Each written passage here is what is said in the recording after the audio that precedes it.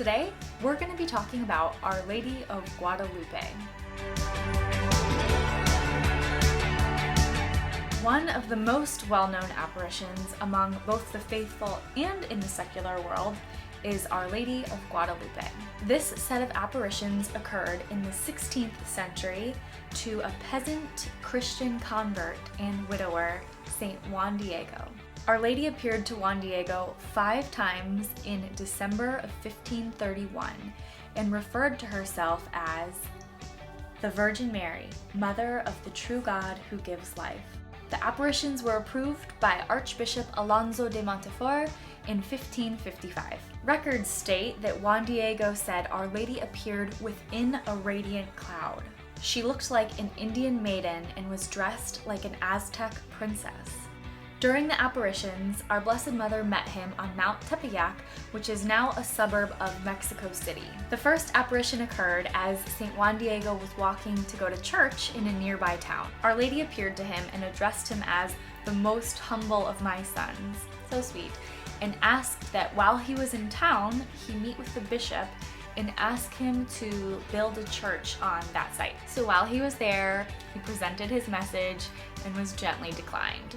So our Blessed Mother appeared to him again on his walk back from town, and he let her know that it didn't work out and asked that she choose someone else who was more important. To which she replied, "Nope, I choose you, so go back again tomorrow and try again." As you can probably guess, he was again unsuccessful the next day. But this time the bishop said if he could give him a sign that Our Lady was actually appearing to him, that maybe then the bishop would believe him and think about granting his request to build this church. Sure enough, as St. Juan Diego was walking back home, Our Lady appeared again and he reported to her that the bishop requested a sign. So she asked him to come back to this apparition spot the next day and she would give him this sign that the bishop was requesting. But that night, Juan Diego's uncle, whom he was caring for, got really sick, so Juan Diego was not able to go back the next day to meet our Blessed Mother. The day following, it was believed by the family that his uncle was going to die, so they sent Juan Diego into town to get a priest to hear his uncle's last confession. As he was running into town, our Blessed Mother appeared to him again. He explained the situation to her, and our Blessed Mother responded with something so beautiful and so motherly. She said, "Hear me and understand well, my son the least, that nothing should frighten or grieve you. Let not your heart be disturbed. Do not fear that sickness, nor any other sickness or anguish. Am I not here, who is your mother? Are you not under my protection? Am I not your health? Are you not happily within my fold? What else do you wish? Do not grieve nor be disturbed by anything. Do not be afflicted by the illness of your uncle, who will not die now of it. Be assured that he is now cured." Upon returning to see his uncle later, his uncle informed Juan Diego that while Juan Diego was out, Our Lady appeared to him and cured him. So after reassuring Juan Diego that his uncle would be fine, she asked him to go up on the hill and pick a different type of flowers that he would find there, to gather them up in his tilma, which is like a poncho cloak type thing that people of that time of his culture wore, and then bring them back to her apparition site and then take them into town to the bishop. When Juan Diego got to the bishop and revealed his flowers, the bishop knew a miracle had taken place. Not only had Juan Diego brought him flowers that were impossibly out of season, but when he let down his tilma to let the flowers out, a beautiful image of Our Lady was imprinted on the front of his tilma, an image which we now know to be Our Lady of Guadalupe. The bishop agreed to build the church in honor of these apparitions and in honor of Our Lady of Guadalupe. This set of apparitions is unique because the content of her messages focuses mostly on the building of this shrine. In case you're wondering why this church Our Lady requested is so important, here is what she had to say about it.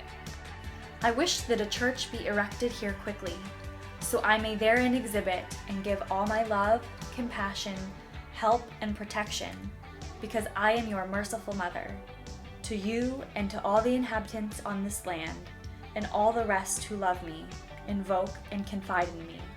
Listen there to their lamentations, and remedy all their miseries, afflictions, and sorrows. We are physical beings, and our mother knows that sometimes we need a physical place to take our worries and lay them to rest. Since then, 20 million pilgrims visit the Basilica of Guadalupe, where this cloth is displayed every year, and 3 million visit on her feast day alone, making it Christianity's most visited sanctuary and the entire world's third most visited holy site. Fun fact, while the place of the apparitions is now commonly referred to as Guadalupe, the actual physical geographical location was not ever previously referred to as that. The origins of the name of Our Lady from this apparition are still kind of debated, and there's two main opinions of what happened.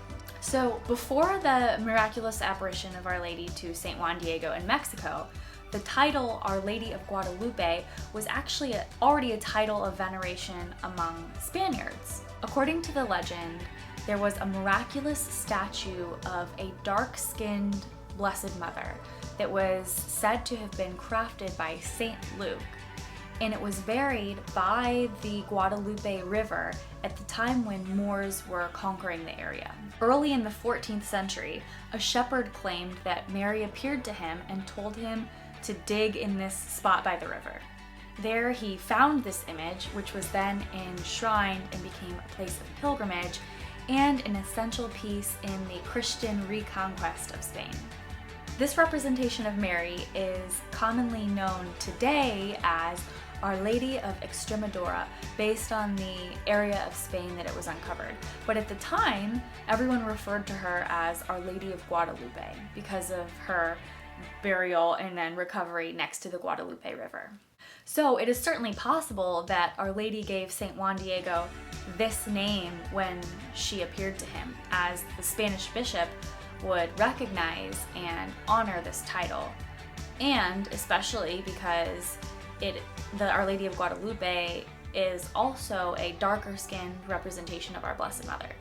The second possibility of the name origin that has been passed down through generations is that the title and the word Guadalupe come from the language Nahuatl, which was spoken by the natives, some of the natives of the Mexico area at that time. It is recorded that in the apparitions, Our Lady spoke to St. Juan Diego in his native language of Nahuatl. Some have suggested that when Juan Diego was speaking to the bishop, he referred to Our Lady as Cotlaupe, which in Nahuatl means she who defeats the serpent. With a bit of a language gap occurring, the Spanish bishop might have heard the phonetic pronunciation of Guadalupe, and then since that's something that he was already familiar with, that's what stuck. Another unique thing about these apparitions that we've obviously got to chat about is the miraculous tilma, because not all mystics are left with super cool heavenly souvenirs like this one. The image itself is regarded as a message from heaven and is loaded with symbols, including the maternity band around Mary's waist, the rays of the sun, and the cross around her neck. Everything in this image appears to be symbolic in some way. From things as simple as the colors, like Mary's rose-tinted flowery tunic symbolizes the earth, while her turquoise starry mantle represents the heavens. The mantle also indicates that she is royalty, since only the native emperors wore cloaks of that color. Two things as complex as the stars and their arrangement on the mantle. They reflect the exact same arrangement of the stars before dawn on the morning of the miracle on December 12th, 1531. As science and technology advance, the tilma is still being studied, and we're actually continuing to find new things about it and learn new things from it. For example, it wasn't until centuries after that somebody was able to use technology to zoom in on the eyes of our Blessed Mother in this image and noticed a group of people reflected in them. Engineer Jose Astetonsman has been studying the image and has amplified our Blessed Mother's eyes by 2,500 times. This has allowed him to identify not only the bishop that Juan Diego presented his tilma to, but also others who were supposedly witnesses to the miracle. Even crazier, Tonsman then zoomed in farther and was able to see another image in the pupils of our Blessed Mother's eyes. This scene is totally independent of the first scene and is made up of an Indian family, a woman, a man, and several children. The images in the pupils also manifest the triple reflection known as the SAMSON-PURKINJE effect. This effect was completely unknown at the time of the image's creation. Infrared studies also show us some other really cool phenomena. The image was not painted, and the colors did not penetrate the fibers as wood paint. It appears to have been produced in one single step. They also found through testing fibers that no animal or mineral colorings were used. And given that synthetic colorings were not a thing yet in 1531, the colorings used on the image are currently inexplicable. The cloak survived 17th century floods of Mexico City.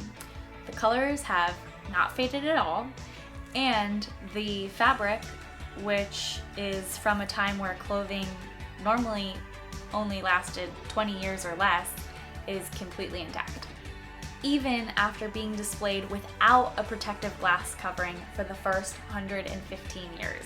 If you're wondering why the tilma is such an important part of this set of apparitions and of Our Lady of Guadalupe, here's a beautiful explanation that I found.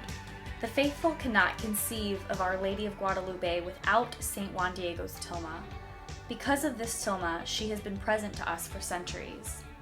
In the Indian cultures of that time, the tilma was the exterior expression of the innermost identity of the person.